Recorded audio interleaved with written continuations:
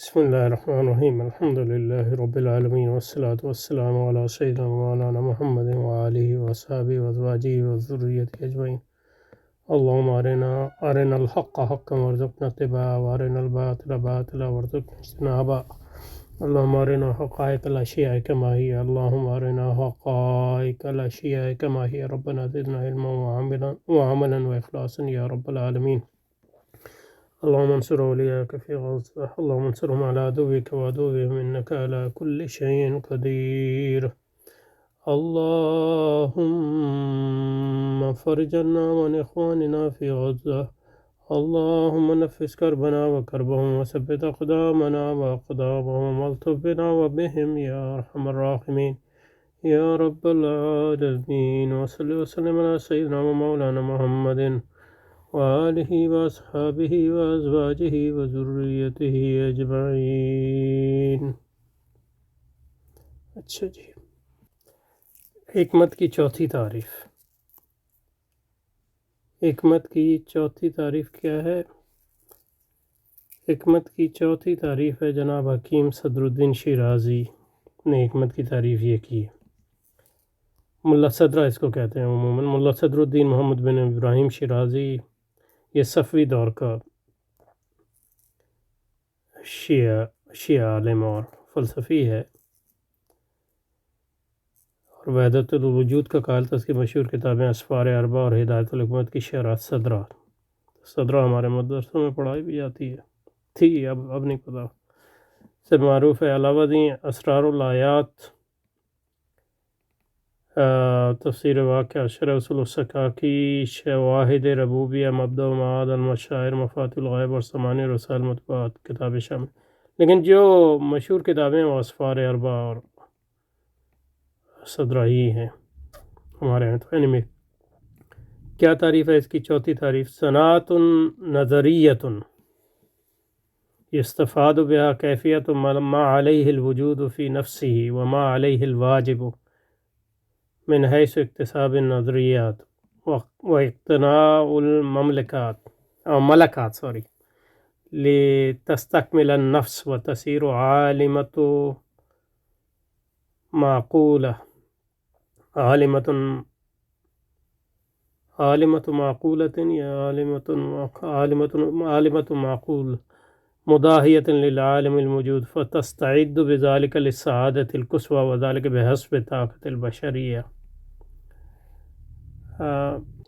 اس تعریف کی جو ہے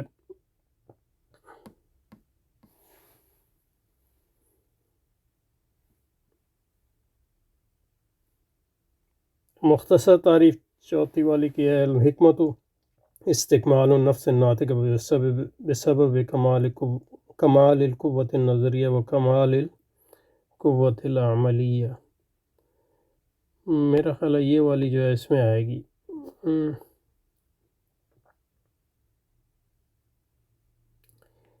یہ ان دونوں میں عملی انہوں نے ذکر کیا ہے کہ نہیں کیا ہے شیرازی صاحب نے؟ صنعت النظریہ یستفاد کیفیت ما علیہ الوجود فی نفسی وما علیہ من حیث النظریات. ہاں، ان دونوں تعریفوں میں، اور اس کے بعد جو حضرت خیر آبادیوں کی الگ آ رہی ہے، ان میں بھی نظریہ ہی کیا ہے. لیکن ایک اور تعریف جو ہدایت الحکمہ کی شرح میرے سامنے پڑی ہے، اس میں ہے کہ حکمت کی چوتھی تعریف: الحکمت و استکمال النفس الناطق بسبب کمال القوت النظریہ و کمال القوت عملیہ. اس میں قوت عملیہ بھی ذکر کیا، ہو سکتا ہے اس میں الگ تعریف آئے. بہرحال دیکھتے ہیں چوتھی اور پانچویں دونوں تعریفوں کو لیتے ہیں. حکمت کی پانچویں تعریف، اچھا ترجمہ اس کا کر لیں، یعنی حکمت ایک نظری اور عقلی فن ہے.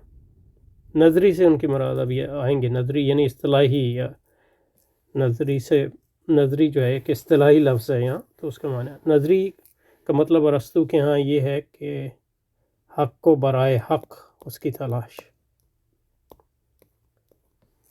یعنی تو یہ نظری فن ان معنوں میں، اس کا عمل سے سچ کوئی تعلق نہیں، بلکہ حق برائے حق جو ہے. اور نظری سے یہ بھی مراد ہو سکتی ہے کہ جو عملی کے مخالف ہو، یعنی ان معنوں میں کہ اس کا تعلق علم سے ہے، عمل سے نہیں. اور عقلی فن ہے جس کے ذریعے وجود کے واقعی احوال اور واجب کے احوال معلوم کیے جاتے ہیں۔ واجب وہ چیزیں ہیں جو وجود جو ہے ممکن بھی ہو سکتا ہے، واجب بھی ہو سکتا ہے۔ واجب وہ وجود ہے جس کا وجود جو ہے لازمی ہے، ہم سوچ نہیں سکتے کہ یہ موجود نہیں ہوگا، لیکن ایسے وجود بھی جو ہوتے ہیں غیر واجب ہوتے ہیں، جیسے مطلب میں غیر واجب ہوں کیونکہ میں پہلے نہیں تھا پھر ہوا، لیکن خارجی وجود میں بھی اور ذہنی وجود میں ایسی چیزیں ہوتی ہیں جن کا وجود جو ہے واجب ان معنی میں ہوتا ہے کہ ہم سوچ نہیں سکتے کہ وہ نہیں بھی ہو سکتے۔ تو مثلا 2 + 2 = 4 یہ واجب ہے۔ یہ خدا تعالیٰ کی ذات کو بھی واجب کہتے ہیں کیونکہ وہ ہمیشہ موجود ہے اور ہم یہ تصور نہیں کر سکتے کہ وہ موجود نہیں ہوگا وغیرہ۔ اس کو واجب جس کے ذریعے وجود کے واقعے والا واجب کے احوال معلوم کیا جائے، علوم عقلیہ کی تحصیل اور ملکات اور کمالات کو جمع کرنے کے اعتبار سے تاکہ نفس باکمال ہو جائے۔ تو یہ اس کی غرض بیان کر رہے ہیں۔ اور عالم موجود کی طرح وہ ایک عالم معقول بن جائے، یعنی ہمارا نفس تصیر و عالمۃ معقولۃ، پس نفس اس کے ذریعے سعادت ازلی اور کا مستحق ہو جائے، اور یہ بات طاقت بشری کے حد تک ہو، یعنی اس کی بنیاد عقل۔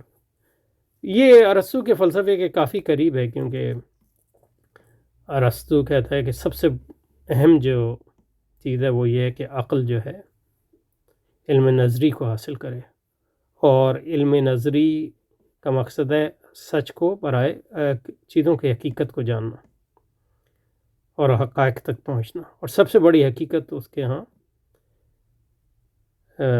خدا ہے، جس کو وہ خدا کہتے ہیں، اور سب سے بڑا علم جو ہے خدا کے احوال اور خدا کی حقیقت پر غور و فکر کرنا ہے اس کے ہاں۔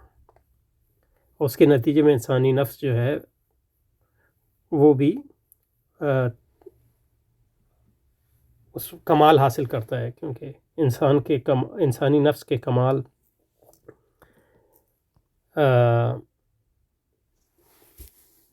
جو ہوتا ہے وہ اس پر منحصر ہوتا ہے کہ کن چیزوں پر وہ غور و فکر کر رہا ہے یا ان کے بارے میں معلومات حاصل کر رہا ہے، اور اسی کو وہ سعادت کہتا ہے، کیونکہ وہ کہتا ہے کہ انسان جو ہے لافانی ہو جاتا ہے اس حد تک جس حد تک وہ اپنی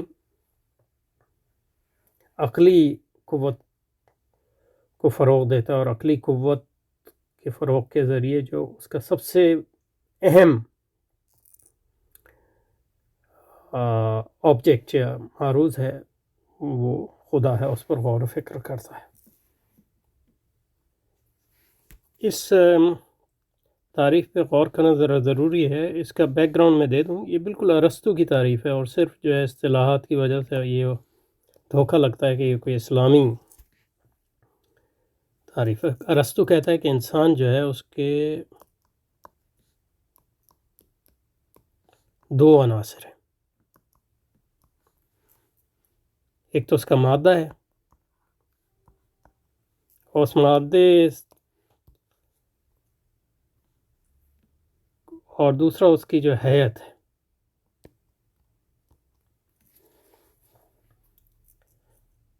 مادے کے اعتبار سے ہم جو ہے حیوان اور جمادات اور نباتات سے ہمارا تعلق ہے، لیکن اپنی حیت کے اعتبار سے جو ذہن اور عقل جو ہے وہ ہم جو ہے خدا کے ساتھ جڑے ہوئے ہیں، کہ خدا جو ہے اس کے نزدیک عقل محض ہے۔ تو ہمارے اندر جو ہے حیوانی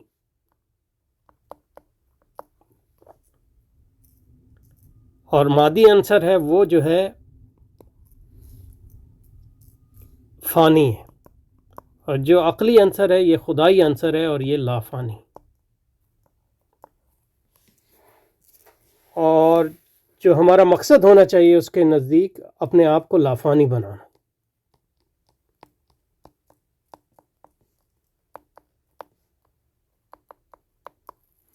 اور اس کا مقصد یہ ہے کہ اپنے عقل کی پرورش کرنا،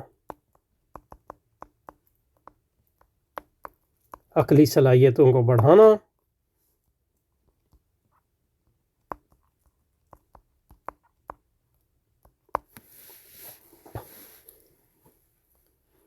اور عقلی صلاحیت کیسے بڑھتی ہیں؟ یعنی عقل کے جو آبجیکٹس ہیں یا عقل کے جو معروضات ہیں، یعنی عقلی جو علوم ہیں اس کے قانون جو ہیں ان پر غور و فکر کرنا، عقلی عوالم پر غور و فکر کرنا، کیونکہ ہمارے مادے کے ساتھ حواس جڑے ہوئے ہیں اور حواس کا تعلق جو ہے عالم مادی سے ہے۔ جب ہم حواس کو استعمال کرتے ہیں تو حواس کی پرورش کرتے ہیں، لیکن جب ہم عقل کو استعمال کرتے ہیں تو پھر عقلی عوالم پر ہم غور کرتے ہیں، اور عقلی عوالم میں ریاضی بھی شامل ہے، کائنات میں جو قوانین ہیں وہ بھی شامل ہیں، اور خدا بھی شامل ہے، اور خدا کے نیچے کے جو عقلی عوالم ہیں وہ بھی شامل ہیں۔ تو ان سب کے نتیجے میں جو انسان جو ہے لافانی بنتا جاتا ہے، اور اس کے نتیجے میں وہ اصل سعادت حاصل کرتا ہے، اصل سعادت جو انسانی سعادت ہے، لافانی بنتا ہے، سعادت اصلی۔ اور جو خوشی حیوانی کی سطح پہ ہے وہ ہم حیوانی سطح پہ حاصل کرتے ہیں، اور یہ بطور انسان ہمارا جو ہے یہ مقصد ہے، اور یہی فلسفے کا بھی مقصد ہے، انسان کو لافانی بنانا، اس کی عقلی قوتوں کو بڑھانا، تاکہ دوسرے عقلی عوالم پر غور و فکر اور تفکر کے ذریعے وہ انہی کے رنگ میں رنگ جائے اور انہی کا حصہ بن جائے، اور جب اس کا مادہ فنا ہو جائے تو وہ ان عوالم میں مل کر جو ہے باقی رہے۔ تو یہ اسی کو وہ فلسفہ نظری ان معنوں میں کہتا ہے کہ اس کا تعلق جو ہے علم سے اور حق سے، سچائی سے، ٹرو سے، اس کا عمل سے نہیں۔ تو یہ فلسفہ نظری اس کو کہتا ہے، اور یہ فلسفے کا سب سے بڑا مقام ہے، اور اس میں جو ہے ہم عقل کو استعمال کرتے ہیں جو ہمارے وجود کا سب سے معزز ترین عنصر ہے، کیونکہ وہ خدائی عنصر ہے، لافانی عنصر ہے، اور اس خدائی اور لافانی عنصر کو جب ہم پرورش دیتے ہیں، اس کو کمال دیتے ہیں استعمال کے ذریعے اور سچائی کو جاننے کے ذریعے اور عوالم ملکوت اور عوالم عقلیہ کو جاننے کے ذریعے، اس میں ریاضی بھی آ گیا ہے، قوانین طبیعت بھی آ گئے، قوانین اسٹرانومی یا فلکیات بھی آ گئے، اور جو مجرد عناصر ہیں جیسے فلسفیانہ عناصر، مثلا واجب اور وجود اور لازم اور غیر لازم، ان پر غور و فکر کے ذریعے جو انسان اپنے آپ کو جو ہے لافانی بناتا ہے، خدا کے مماثل بناتا ہے۔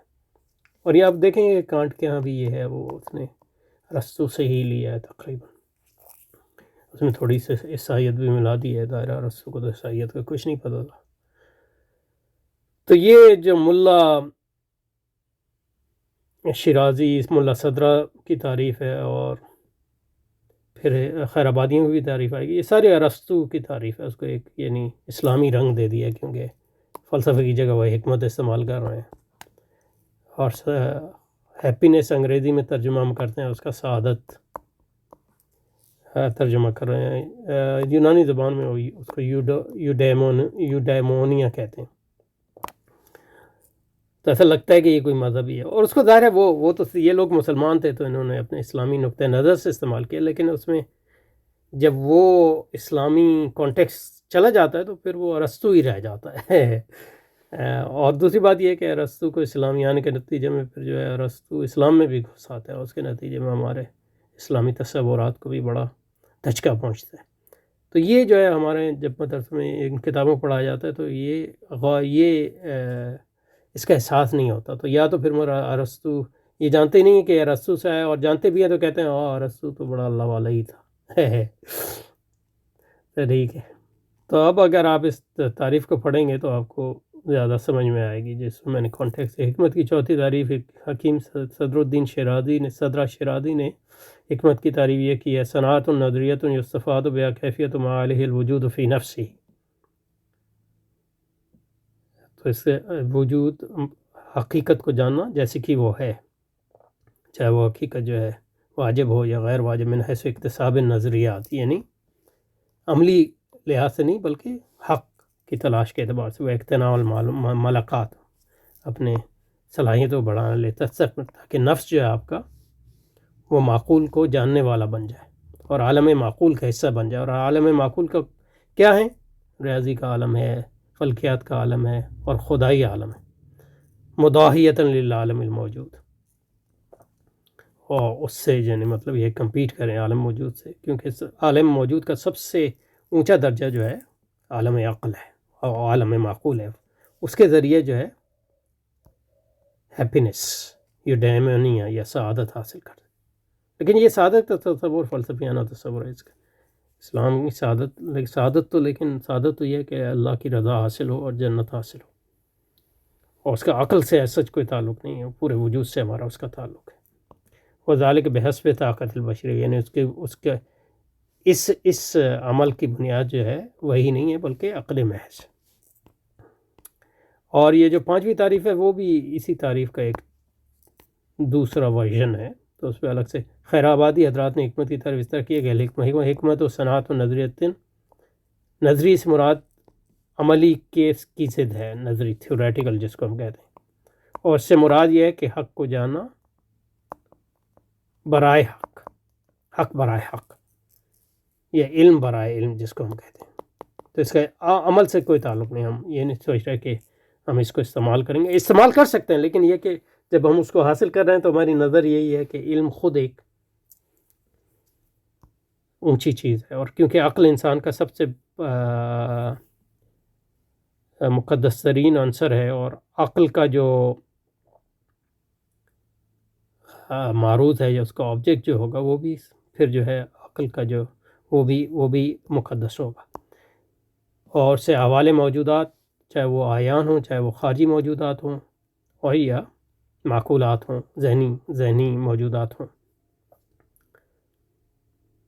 گو کہ ارسطو کے ہاں بھی اور افلاطون کے ہاں بھی معقولات کی ایک خارجی شکل بھی ہے، علامہ ہی علیہ فی نفس الامر، یعنی ان کو جاننا ایسے نہیں کہ جیسے وہ ہمیں دیکھتے ہیں بلکہ جیسے کہ وہ حقیقت میں ہے، تو اس کے لیے بڑی تگ و دو کرنی پڑتی ہے، ذہنی صلاحیتوں کو بڑھانا پڑتا ہے، ایبسٹریکشن کی طاقت خاص طور پہ تجرید کی قوت کو بڑھانا پڑتا ہے، بقدر طاقت البشر حتی یطلب علیہ غایت الحکمت، اور غایت الحکمت کیا ہے؟ سعادت، جس کو وہ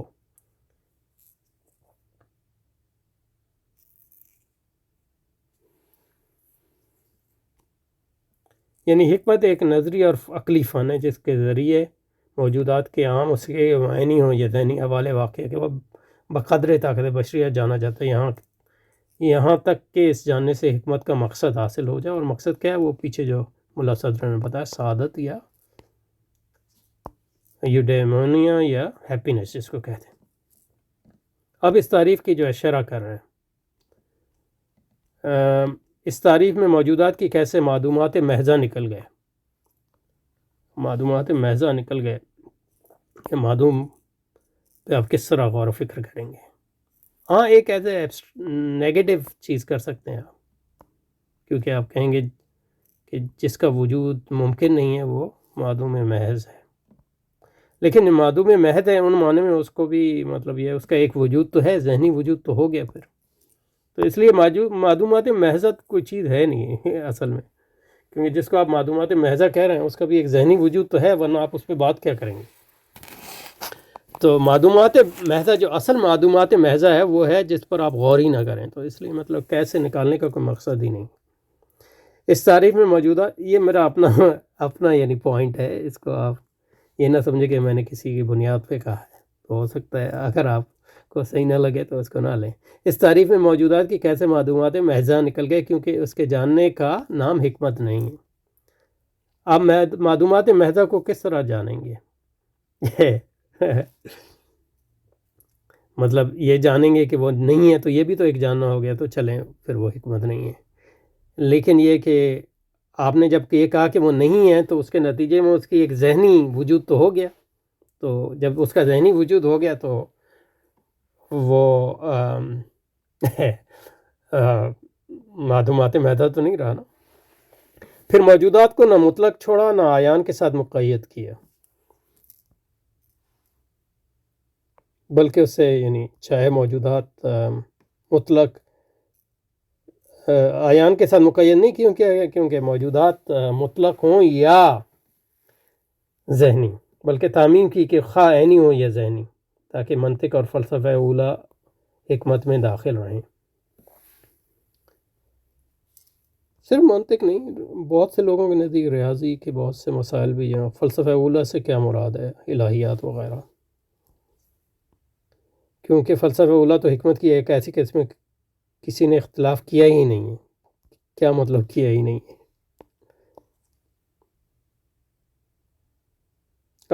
اختلاف کیا ہی نہیں ہے کہ وہ فلسفے کی قسم ہے کہ نہیں، لیکن منطق کے بارے میں تو یہ اختلاف ہے کہ وہ فلسفے کی قسم ہے کہ نہیں. ہاں منطق میں بعض لوگوں نے اختلاف کیا ہے، بعض لوگوں نہیں، بہت سے لوگوں نے اختلاف کیا ہے، مگر محقق مذہب یہی ہے کہ منطق حکمت کی قسم ہے. محقق مذہب کا کیا مطلب ہے؟ فلسفے میں کوئی محقق مذہب نہیں ہوتا ہے. فلسفے کو اس طرح نہیں پڑھنا چاہیے کہ یہ کوئی مطلب ہے فقہ کی کتاب ہے یا اصول فقہ کی کتاب. منطق تو مطلب یہ ایک یعنی بالکل.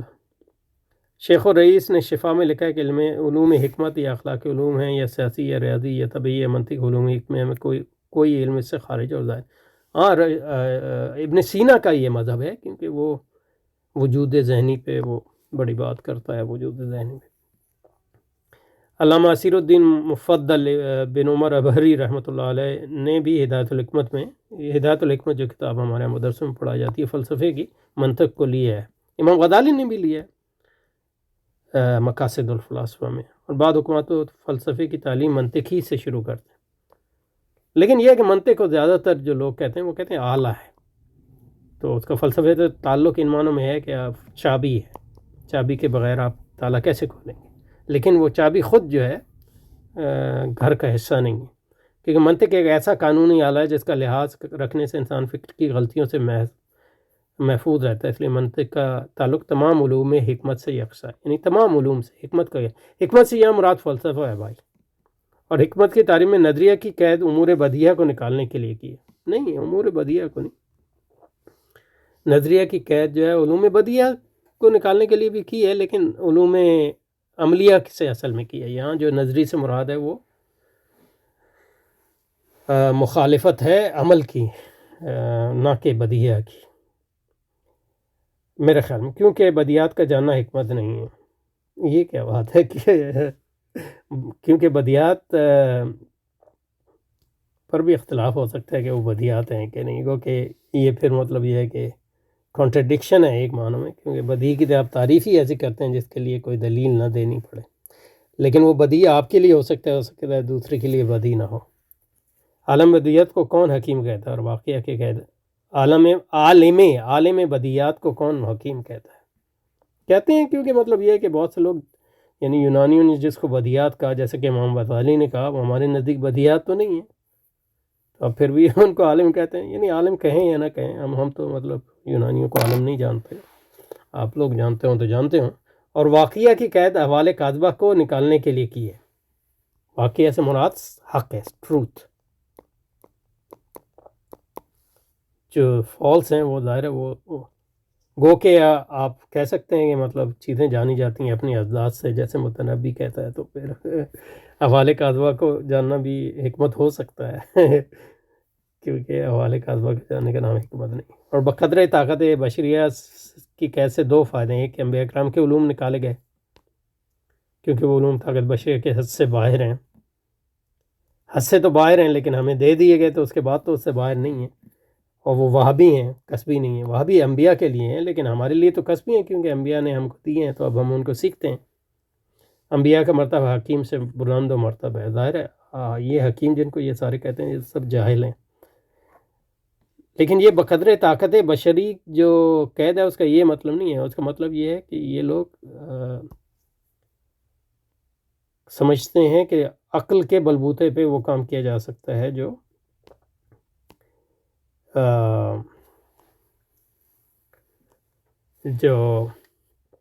عقل کے بلبوتے پہ وہ کام کیا جا سکتا ہے جو وحی کی بنیاد پہ کیا تھا، لیکن ہم تو اس کو نہیں مانتے. تو اب جب مسلمانوں نے وہ فلسفہ پڑھا تو پھر وہ انہوں نے اپنے اس کو اسلام کے مطابق بنانے کی کوشش کی، لیکن اس کی حقیقت تو آپ نہیں جھٹلا سکتے.